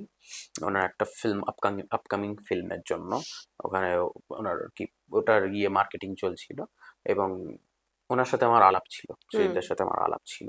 উনি হঠাৎ করে আমায় ডাকেন, তপন শোন, এরা আমার গেস্ট বসে রয়েছে, একটা জিনিস করতে পারি, কিছু করতে পারবি? হুম হুম, আমি একটা জিনিস করেছিলাম, আমি ওনাকে একজনের ব্যাপারে ভাবতে বলেছিলাম, হ্যাঁ এবং আমি আরেকজনের ফোন নিয়ে সেটা লিখে রেখে দিয়েছিলাম, তাকে আমি দেখিয়ে দিয়েছিলাম যে কি তুমি কি লিখেছি। লিখেছো? দেখছি সে উঠে দাঁড়িয়ে এরকম দুহাত মাথায় দিয়ে এরকম ভাবে দাঁড়িয়েছিল। এটা কিভাবে হলো? হ্যাঁ, সে তো বলেছিল থ্যাংক ইউ, যা এক্সট্রা এক্সট্রা পয়েন্টস। খুব মজা, সেটা খুব মজার লোক। তো ওইরকম ভাবে তারপরে ওই ওই অভিজ্ঞতা থেকেই এই যেই কানেকশন গুলো তৈরি হয়, আমার এখনো মনে আছে। সুজিতদা ভেগাসে গেছিল একবার, আমাকে হঠাৎ করে ভেগাস থেকে মেসেজ করেছে যে আমি এই ম্যাজিক শোটা দেখে বেরোলাম, তোর কথা খুব মনে পড়ছে, তোর শোয়ের এটা কথা মনে অনেক পড়ছে। বড় পাওয়া। এবং এটা অবভিয়াসলি একটা বড় পাওনা। সেলিব্রিটিদের সাথে তো এত কিছু করেছো, তো যেদিন তুমি ফার্স্ট ম্যাজিক শো করেছিলে, স্টেজ পারফর্ম করেছিলে, সেদিনকার এক্সপিরিয়েন্সটা কেমন ছিল? প্রথম বড় স্টেজে যেদিনকে করেছিলাম, সেটা ওই যেটা বললাম, ওই যে ইন্টার কলেজ কম্পিটিশন হুম হুম হুম জেতা, হুম, সেটা ছিল আমার জন্য সব থেকে বড় ক্রাউড প্রথম। প্রথম। আমি খুব নার্ভাস ছিলাম। বাবা মা ছিল সেদিন? চ্যাম্পিয়ন হওয়ার পর যখন পেপারে নাম বেরোয়, আচ্ছা, এবং হ্যাঁ তখন বাবাকে বলি যে আমি এটা জিতেছি, হ্যাঁ হ্যাঁ হ্যাঁ, এবং বাইক জিতেছি, এই দিনকে আনতে যেতে হবে বাইকটা ইয়ামাহার শোরুমটা শোরুম থেকে। থেকে। তখন বাবা মা জানতে পারে প্রথম, ট্রফিটাও দেখে, তখন তখন জানতে পারে। তা পারফর্ম করছি যে হ্যাঁ ওখানে, হ্যাঁ, ওটা যে এন্ট্রি করেছি, কিছু জানতো না। আচ্ছা, তো সেদিনকার এক্সপিরিয়েন্স কেমন ছিল? সেদিনকে ওই ওই যে বলেছিলাম যে ওই দিনকে আমি খুব নার্ভাস ছিলাম। নার্ভাস থেকেও একটা জিনিস বুঝেছিলাম যে আমি নার্ভাস এত লোক দেখে, কিন্তু আমি যেটা পারফর্ম করব সেটা নিয়ে তো আমি নার্ভাস না। না। তো ফর আ মোমেন্ট, এই যে 3 মিনিট আমার হাতে আছে, হুম, সরি 2 মিনিট, সেগমেন্টটার নামই ছিল 2 মিনিটস টু ফেম। আচ্ছা আচ্ছা, এই যে 2 মিনিট আমার হাতে আছে, আমি ভুলে যাই কে দেখছে কে দেখছে না, আমি যেটা করব আমি সেটা সেটা করব। করব। আমি সেই মানে স্টেজে ওঠার সময় হুম হুম হুম সেই মাইন্ডসেট নিয়ে উঠেছিলাম। তার আগে পর্যন্ত তো ভীষণ নার্ভাস ছিলাম, হুম হুম। ভীষণ। অত লোক, কত লোকজন! 28টা কলেজ মতন, এ বাবা, তো তো এবং প্রচুর তাদের স্টুডেন্টস স্টুডেন্ট। আর লোকাল হ্যাঁ, যারাও ছিল সব, যারা আসছে যাচ্ছে, অনেক বড় ক্রাউড। অ্যাপ্রক্সিমেট 400 মতন লোক। ওরে বাপরে, অনেক লোকজন। তো জীবনের ফার্স্টেই মানে আর কি, কেরিয়ারে তখন করছি, তখনও হুম 50 জন 60 জন এরকম অডিয়েন্সের জন্য করেছি, কিন্তু তারপরে ওই রকম একটা জায়গায়, আর তাও কি খোলা স্টেজ, ওটা মানে সিটি সেন্টার 2 এর যে ওই এরিনা জায়গাটা রয়েছে না, যেখানে লোকজন এখন হ্যাঁ হ্যাঁ বসে হ্যাঁ, থাকে। আমি পারফর্ম করেছিলাম, এবং দুটো অভিজ্ঞতা হয়েছিল তখন, যে একটা ওয়ার্নিং বেল পড়তো 1.5 মিনিটের মাথায়, হুম, আর 2 মিনিটে ফাইনাল বেল। ফাইনাল বেরিয়েছে। আমি যে ম্যাজিকটা দেখাচ্ছিলাম, যে পার্টিকুলার পিস অফ ম্যাজিক, যেটা মেন্টালিজমের মতন, হুম কিন্তু একটু সুপার ন্যাচারাল ধরনের দেখতে, যে ভিডিও আছে, অনেকেই দেখেছে, লাইভ শোতেও করেছি, স্টেজ শোতেও করেছি। আহ, সেইটা যখন করেছিলাম, যে বেলম্যান ছিল, ও বেল দিতে ভুলে গেছিল। আমি 2.5 মিনিট পারফর্ম করেছিলাম 2 মিনিটের জায়গায়, ও বেল দিতে ভুলে গেছিল। আমার 2.5 মিনিটে পারফরমেন্স শেষ হয়, এবং তারপরেও রিয়েলাইজ হয়, তখন বেলটা মারে। বেলটা পায়। ওইখানে যে শেষ করলাম, I stopped, I looked at the audience, bell ও সঙ্গে সঙ্গে পড়লো। জাজ যে ছিল, সেও একজন টিভি পার্সোনালিটি ছিল, আমি নামটা ভুলে যাচ্ছি তার। আমার তার মুখটা মনে আছে, এবং তার ছেলেও ছিল, তাদের দুজনের মুখ এরকম ছিল, ঠিক এরকম। হ্যাঁ, এবং আমার মনে আছে অডিয়েন্স কি করেছিল ওই সময়, ওটা আমার জীবনের ফার্স্ট স্ট্যান্ডিং ওভেশন ছিল। আচ্ছা, ওই 350 to 400 পিপল উঠে দাঁড়িয়ে হাততালি হাত দিচ্ছে আর দিয়ে দিস। চিয়ার করছে। ওই মোমেন্টে ওই দিনকে আমি জানতাম যে আমি এই কম্পিটিশন জিতি হারি আমার বয়ে গেল, এইটা আমার কাছে এই যে যেটা, আমি যেটা পেলাম, হ্যাঁ, আমি জানি আমাকে লাইফে কি করতে হবে। মানে আমি ওই ওই যে কানেকশনটা হয়েছিল হুম না হুম ওই হুম অত লোকের সাথে, হুম। ওই যে তারা সাইলেন্ট ছিল পুরো, ওটা আমাকে ওই ওই জায়গাটাটায় আমাকে রিয়েলাইজ করে দিয়েছিল যে এইটাই আমার এইটা করতেই আমি এই পৃথিবীতে এসেছি এবং যে ওইখানে। বেল দিতে ভুলে গেছিল সে ভুলে গেছিল, মানে বাকি সবাইও সেটা মোহিত হয়ে দেখছে, হ্যাঁ, এটা কারোর আমি কোনো সেন্স এটা আমি নেই। রিয়েলাইজ করিনি যে হ্যাঁ তাকে তো অন্য কেউ বলতো বেল দেওয়ার কথা। কারণ অ্যাঙ্কার যে ছিল সে পরে স্টেজে উঠে বলে যে ও বেল দিতে ভুলে গেছে, তুমি 2.5 মিনিটে পারফরমেন্স শেষ করেছো। এবং এটা হয়নি আগে, এর আগে কখনো এখানে। তারপরে মা বাবা কখনো তোমার পারফরমেন্স দেখেছে সামনে বসে? ক্যারিয়ারে অনেক দূর এগিয়ে আসার পর মা গেছে একটা কর্পোরেট শো দেখতে, বাবাও তাই পরে। তাদের এক্সপিরিয়েন্স কি ছিল তখন? তো তারা খুব অভিভূত হয়েছে, মা খুব জড়িয়ে ধরেছিল শেষ হয়ে যাওয়ার পর। আর আমার মা যে কটাই শো দেখেছে সেই সব কটা শো এর শেষেই স্ট্যান্ডিং ওভেশন পেয়েছি আমি। তো হয়তো মা ছিল বলে পেয়েছি, এরকমও হতে পারে, অডিয়েন্স জানে না যে মা ছিল। তো যাই হোক, এবং বাবাও একটাই শো দেখেছে এতদিনে, সব শোতে নিয়ে যাওয়া যায় না কারণ আমার ট্রাভেল শিডিউলও হেক্টিক থাকে। এখনো কোনো স্বপ্ন আছে এরকম যা পূরণ হয়নি বা মানে এরকম কিছু? মেন্টালিজমকে নিয়ে, হ্যাঁ। হ্যাঁ আছে তো অফকোর্স। দেখতে চাও কোন জায়গায় মেন্টালিজমকে? একটা টপ লেভেলে দেখতে চাই। এবারে মেন্টালিজম আমাকে নাম দিয়েছে, মেন্টালিজম আজকে আমাকে আমার বাড়ি গাড়ি সমস্ত ম্যাজিক করে। আমি যে কটা বাড়ি একটাই কিনেছি, যে কটা গাড়ি কিনেছি সেগুলো সব ম্যাজিকের জন্য। আমি 29 বছর বয়সে বাড়ি কিনেছি, এবং আমি যেভাবে বাড়ি কিনেছি ঈশ্বরের আশীর্বাদে আমার কোনো ব্যাকট্র্যাক কোনো কিছু করতে হয়নি। হ্যাঁ, আমি মেন্টালিজম আর্টটাকে হয়তো গ্রাম বাংলায়ও পরিচয় দিয়েছি। হুম। আজকে আমাকে লোকজন মেসেজ করে যে তারাও মেন্টালিজমটাকে প্রফেশন হিসেবে বেছে নিতে চায়। এক্স্যাক্টলি, আমি এটাই এটা বলতে হয়তো যাচ্ছিলাম। একটা পাওনা। কিন্তু আমি এখনো মনে করি যে আমি মেন্টালিজম আমাকে যতটা পরিচিতি দিয়েছে, স্বীকৃতি দিয়েছে, হুম। আর্থিক উন্নতি স্বচ্ছতে দিয়েছে এবং দিয়েছে। সচ্ছলতা দিয়েছে, আমি মেন্টালিজমকে সেটা ফিরিয়ে দিতে পারিনি, বা আমি ম্যাজিককে সেটা ফিরিয়ে দিতে পারি। তো ফিরিয়ে তো দিতে একটু হবে, মানে শিল্পী আর সত্তা তো এক, আমাকেও তো সেই জায়গাটায় সেটাকে নিয়ে যেতে হবে। যারা এই প্রফেশন, এটাকে অ্যাজ এ প্রফেশন নিতে চাইছে, আচ্ছা, তাদের উদ্দেশ্যে তুমি কি বলবে? হ্যাঁ, তো যারা যারা ঢুকছে সেটা বা করতে চাইছে, সেটার জন্য হচ্ছে গিয়ে ফার্স্ট থিং হচ্ছে গিয়ে practice. First thing practice, know your art, নিজের শিল্পটাকে জানো, হুম। এপার ওপার জানো, শিল্পের কত দিক আছে, কত গুণ আছে, ব্যাকরণ কি, সবটা জানাটা খুব দরকার। আমাদের কাছে ম্যাজিক মানে না একটা পর্দা, হুম যে জিনিসটাকে আমরা দেখার একটা কৌতূহল থাকে, একটা হুম। আগ্রহ থাকে, তো তারা কি করছে সেই জিনিসটাকে রিভিল করে দিচ্ছে, এইভাবে হচ্ছে ওইভাবে হচ্ছে। তো এটাতে কি তো তোমার কোথাও মনে হচ্ছে যে না এটা মানে ম্যাজিক জিনিসটাকে নষ্ট করে ফেলছে? না, এটার দুটো দুটো দিক আছে। দুটো দিক কেমন আমি বলি। প্রথম দিকটা হচ্ছে এই যে কয়েকজন কিছু আহ, মানে একদম টেকনিক্যাল টার্মে বলতে গেলে ট্রিক্স রিভিল করে হুম দিচ্ছে, হুম সেটার হুম মেথড রিভিল করে দিচ্ছে।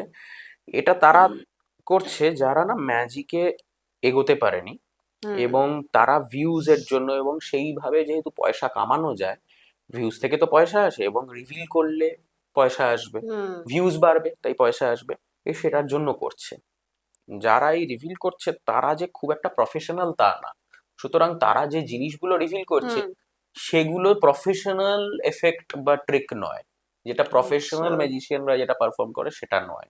সুতরাং তারা ওই পার্টি ট্রিক্স, মানে আমি বসে রয়েছি দশ হুম হুম জনের হুম সাথে হুম বা কোনো পার্টিতে ইনভাইটেড, সেখানে কিছু একটা দেখাচ্ছি, হুম সেই রকম ট্রিক রিভিল করছে, যেটার ফলে আর্টের বিজনেস সাইডটা বা আর্টের যে আসল আর্টিস্টিক লেভেলটা, হুম সেটা কোনোদিন নষ্ট হচ্ছে না। এক, দু নম্বর হচ্ছে এর মধ্যে বেশ কিছু ম্যাজিশিয়ান আছে যারা জেনে বুঝে বেসিক ট্রিক গুলো শেখাচ্ছে, হুম। তারা তাতে ভিউও পাচ্ছে, আচ্ছা। এবং তাদের তারা প্রচারটা। অডিয়েন্সকে একটা আইডিয়া দিচ্ছে, আচ্ছা এটা এরম ভাবে হয়, কিন্তু সেই অডিয়েন্স যখন লাইভ সেই জিনিসটা দেখছে সে সেটার সাথে সামঞ্জস্য খুঁজে পাচ্ছে না, হুম। কারণ সে দেখছে সেটা হয়েছে সম্পূর্ণ অন্যভাবে। আচ্ছা। তো এটা জেনে বুঝে একটা ম্যাজিশিয়ান সেগমেন্টের একটা করা, এটা জেনে বুঝে যে আমরা অডিয়েন্সকে ওটার একটা আইডিয়া দেবো, একটা স্বাদ দেবো, হুম। কিন্তু আসল জিনিসটা বলবো না।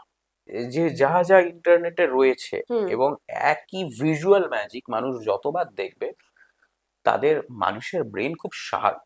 অডিয়েন্স কখনো বোকা হয় না, অডিয়েন্স সবসময় চালাক, অডিয়েন্স সবসময় বুদ্ধিমান। তারা একই জিনিস বারবার দেখতে দেখতে তাদের মনে আইডিয়া হয়ে যাচ্ছে যে এটা কিভাবে কিভাবে হচ্ছে। হচ্ছে। তাই জন্যে আমার এটা পার্সোনাল প্রেফারেন্স হুম যে আমি একটা জিনিস যখন রিপিট করব, তখন সেটা করার ধরন, পন্থা আমার পুরোপুরি আলাদা ডিফারেন্ট হবে। হতে হবে, একদম। সেটা না হলে আমিও আর্টিস্টিক লেভেলটা তো বাড়াতে বাড়াতে পারলাম না। পারবো না, ঠিক। নিজের শিল্পী সত্তাটাকে হুম আমিও তো ওপরে তুলে ধরতে পারবো না। শিল্পর আমার যে হুম। এক্সপ্যান্ড হওয়ার যে জায়গাটা, সেটাও তো আমি তুলে ধরতে পারবো না। ম্যাজিক বেসিক্যালি তো একটা সায়েন্সেরই পার্ট, বলো? তোমার কি মনে হয়, তাই না? হ্যাঁ, ওই যে বলেছিলাম আর্থার সি হুম ক্লার্কের ফেমাস কোটটা, যে যে কোনো আধুনিক এবং অত্যন্ত উন্নত প্রযুক্তি হলো সেটাই। ম্যাজিকের সমান। তো হ্যাঁ, অফকোর্স। আচ্ছা, আমরা একটু র্যাপিড ফায়ার খেলি। নিশ্চয়ই। ম্যাজিক না মেন্টালিজম, কোনটা বেশি প্রিয়? দুটো তো একই, তাহলে আমার প্রিয় একটাই, মানে দুটোই। একদিন যদি জাদু করে ইতিহাসে কারোর সঙ্গে দেখা করা যায়, তাহলে তুমি কাকে বেছে নেবে? Albert Einstein. সবচেয়ে বড় ম্যাজিক, প্রেম না মন পড়া? সবচেয়ে বড় ম্যাজিক প্রেম না মন এত পড়া? সময় দেওয়া যাবে না। প্রেম, প্রেম, প্রেম, প্রেম, প্রেম, প্রেম। যদি মেন্টালিজম ছেড়ে অন্য পেশা নিতে হতো, তাহলে তুমি কি করতে? হয়তো আঁকতাম। প্রিয় ম্যাজিশিয়ানকে? David blende.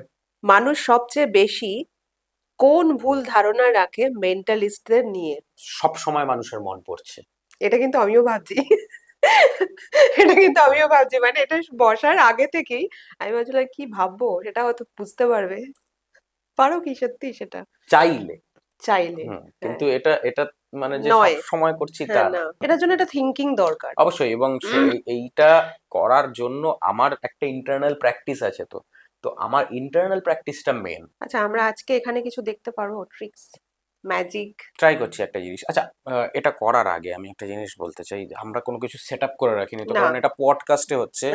অনেক লোকেই ভাববে যে যদি কিছু সেট আপ করে রাখে। না, এটা একদমই সেট আপ করা নেই কিছু, কেউ আমরা কোনো কিছুই জানি না কি হবে, আমি নিজেও জানি না। এবার আমার সাথে যদি কিছু করে, আমি জানি না কি করবে। না না, আমি যেটা করবো, ওই যে বললাম light hmm side of magic. Hmm. আমি একটা জিনিসই ট্রাই করবো। হ্যাঁ, তোমার ফোনটা আমাকে দাও। আচ্ছা, বাই দ্য ওয়ে, তোমার ফোনের ব্যাপারে তুমি আমাকে কিছু বলেছো? তোমার ফোন আমি শো এর আগে বা আমাদের এই মানে শো মানে পডকাস্ট শুরু করার আগে আমি কি নিয়েছি বা তোমাকে বলেছি? না, আমার ফোনের কোনো কিছুই তোমার জানা নেই, এটা এবং জানার বিষয়ও হ্যাঁ, নয়। এবং তোমার ফোন অবভিয়াসলি লকড, হ্যাঁ, lock, pattern lock. Pattern lock. তুমি কি আমার প্যাটার্নটা বলেছো না। কোনোভাবে? না। না, রাইট। তোমার মনে আছে তোমার প্যাটার্ন? গুড। আমি সোয়াইপ করলে প্যাটার্নে যাচ্ছে, এবং আমরা যা খুশি প্যাটার্ন ড্র করতে পারি এরকম ভাবে। খুলবে না, নাই এরকম কোনো কমন প্যাটার্নও নয়, তোমার দেখাই যাচ্ছে। আবার ট্রাই করে দেখিয়ে দিচ্ছি সবাইকে যে অ্যাকচুয়ালি রং প্যাটার্ন। হুম আমি চাইবো তুমি তোমার মনের মধ্যে তোমার প্যাটার্নটা ভাবো। ভাবো যে তুমি এবারে প্যাটার্নটাকে ড্র করছো, মানে হুম। আঁকছো। আর ফোন কিন্তু লকড আছে, কোনোভাবেই খুলবে না। আর ফিঙ্গারপ্রিন্টও তোমার বোধহয় এখানে নেই। ইয়ে করা নেই, এনেবল করা নেই। হুম। তোমার মনের মধ্যে এই মুহূর্তে ভাবো যে তুমি তোমার যে প্যাটার্নটা। প্যাটার্নটা তুমি সেটা আঁকছো। হাত নাড়বে না, চোখ নাড়বে না, কিছু করবে না। ঠিক আছে? হুম শুধুমাত্র নিজের ডান হাতটা এরকম ভাবে তোলো, জাস্ট এরকম ভাবে আমার দিকে দাও। জাস্ট মনের মধ্যে চালাও যেটা তুমি আঁকছো, শুধু মনে। কোনোভাবেই হাত নাড়বে না, কোনোভাবেই চোখেও যাবে না কোন আচ্ছা। দিকে আছে। মনের মধ্যে রিপিট করো তুমি যে প্যাটার্নটা করছো। তোমার হাত খুব স্টিফ হয়ে গেছে, কিন্তু তুমি জানো না তোমার হাতটাও মুভ করছে। এটাকে বলে অটোমেটেড নার্ভাস সিস্টেম। তোমার প্যাটার্নটা খুব কমন না, কিন্তু খুব টাফও না। হুম।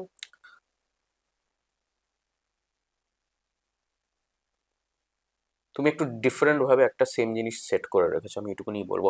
আমার যতদূর মনে হচ্ছে তোমার ইয়ে দেখে। Phone locked, I try once. হ্যাঁ, আগে তো দেখে নিয়েছি আমরা যেটা, আমি যদি ঠিক হই।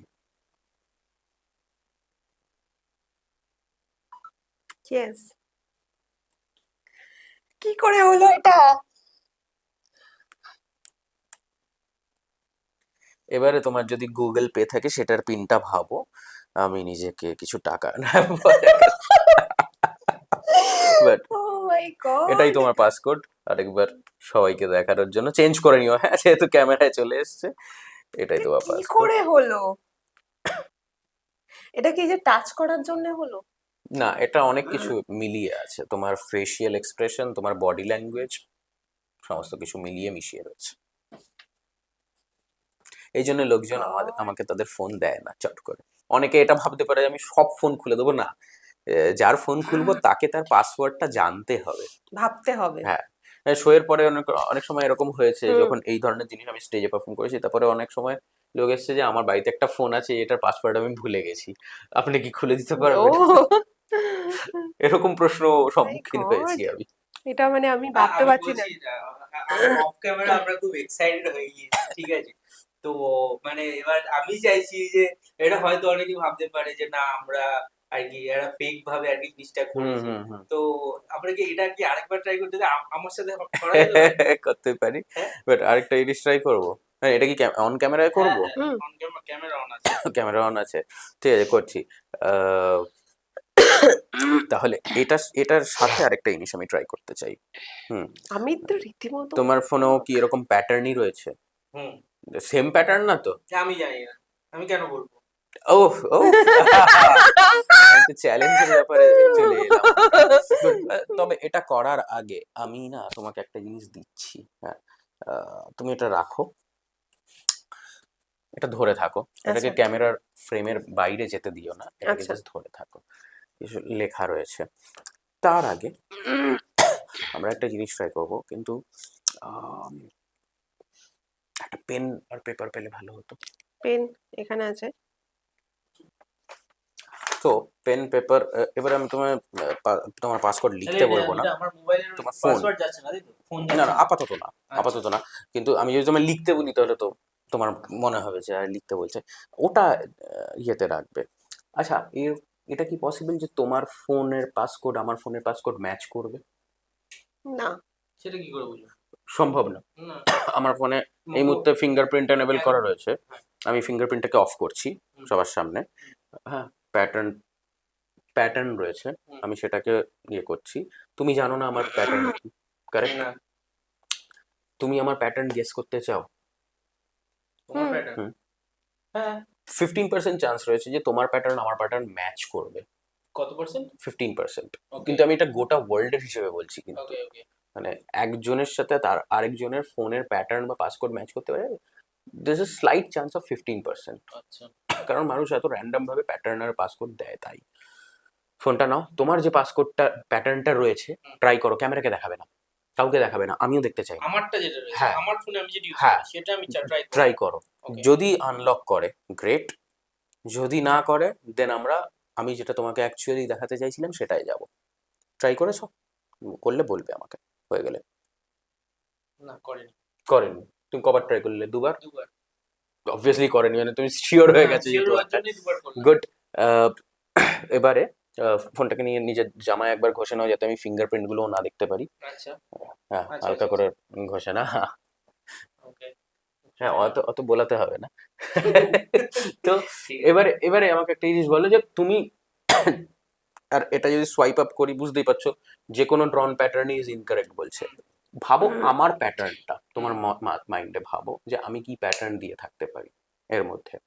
বলার দরকার নেই, এই মুহূর্তে ভাবো একটা ডিজাইন, খুব একটা অবভিয়াস নয় আমার ডিজাইনটা, হুম। মানে তোমারটা যেরকম ছিল হুম। এরকম এন, এন। আমারটা নয়, কিন্তু আমারটা একটু ডিফারেন্ট। তোমার মাথায় এই মুহূর্তে যেটা জাম্প করছে হুম। সেটাকে চেঞ্জ করো, হুম।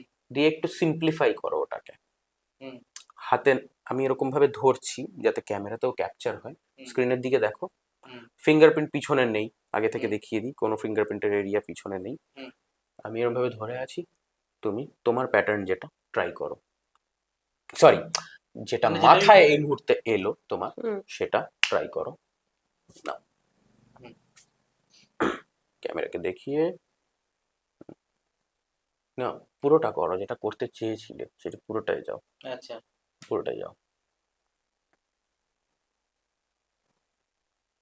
আচ্ছা। গট ইট, যাও। জানো, হয়ে যায়। এক্স্যাক্টলি, হুম। ওইদিকে এদিকে এদিকে, হুম। Have to, right.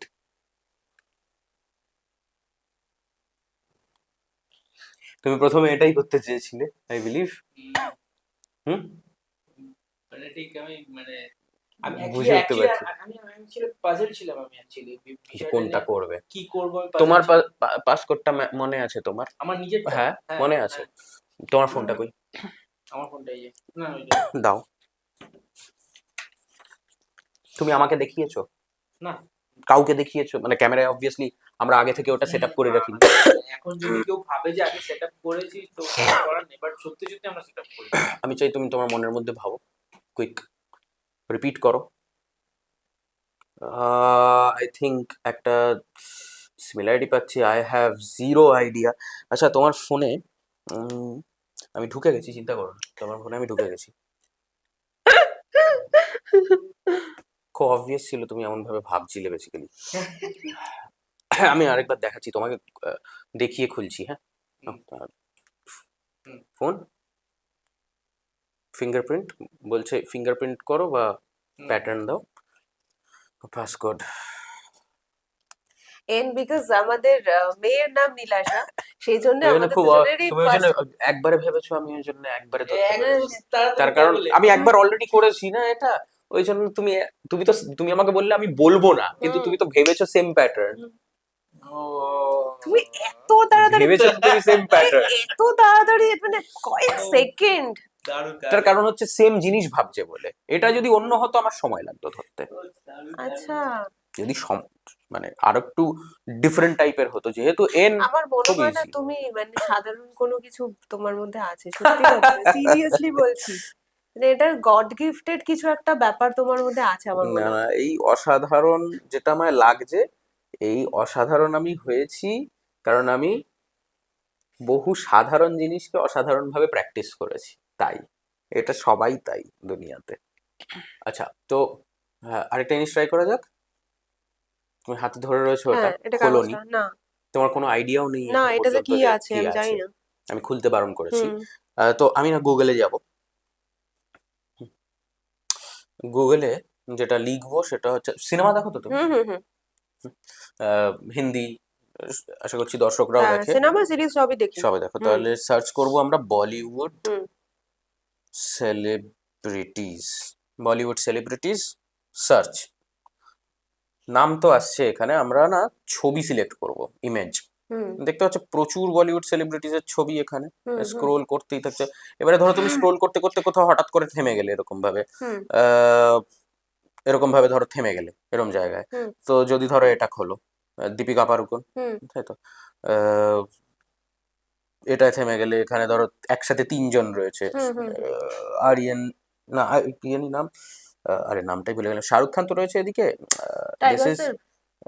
না, এটা হচ্ছে গিয়ে তোমার দ্য ফেমাস ভুল ভুলাইয়া টু অ্যাক্টর, আরে নামটাই ভুলে কার্তিক গেলাম। আরিয়ান। কার্তিক আরিয়ান, রাইট, কার্তিক আরিয়ান।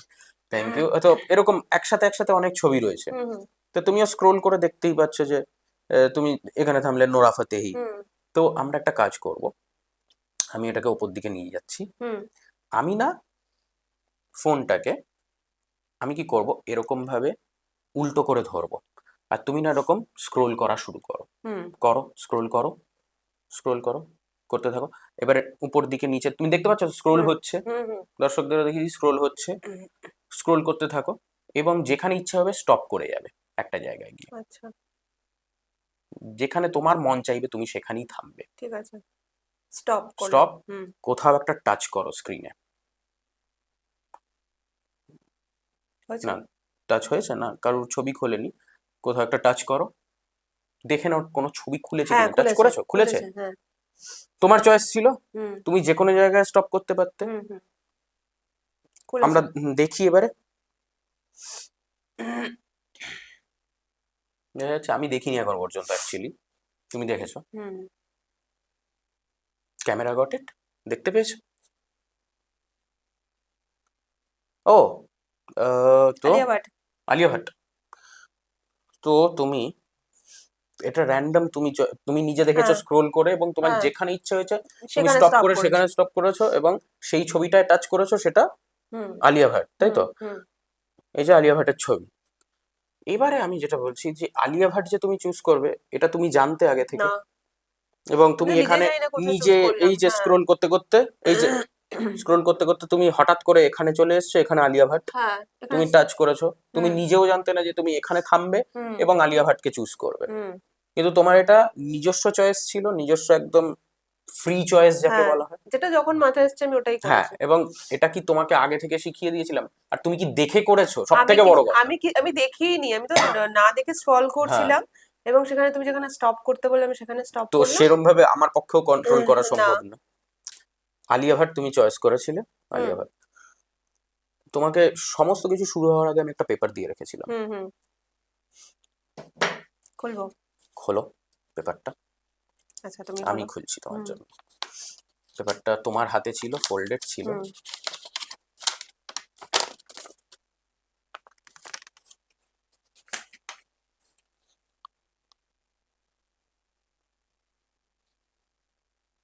তুমি চাইলে এখানে অনন্যা পান্ডেও চুজ করতে পারতে, তুমি চাইলে এখান থেকে দীপিকা দীপিকা পাড়ুকোনও চুজ পাডুকোন চুজ করতে, করতে শাহিদ পারো। কাপুরও চুজ করতে পারতে।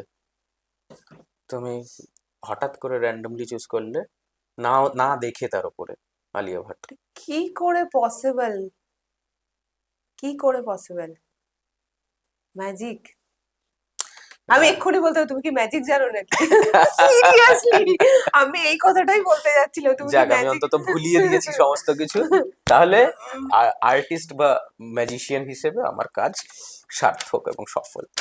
মানে তুমি মনের কথা, আমি মনের কথাও নয়, এটা তো মানে আমি র্যান্ডামলি চুজ করেছি। আমি জাস্ট মানে কি বলবো, কিছু বলার নেই, আমি ভাবতে পারছি না। তুমি এটা তোমার ম্যাজিক জন্য। জানো নাকি? একটু আধটু। সিরিয়াসলি মানে আমরা এরকম বলি না, আমি র্যান্ডামলি বলতে চাচ্ছিলাম যে তুমি কি ম্যাজিক জানো নাকি। আমরা প্রায় শেষের পর্বে চলে এসেছি।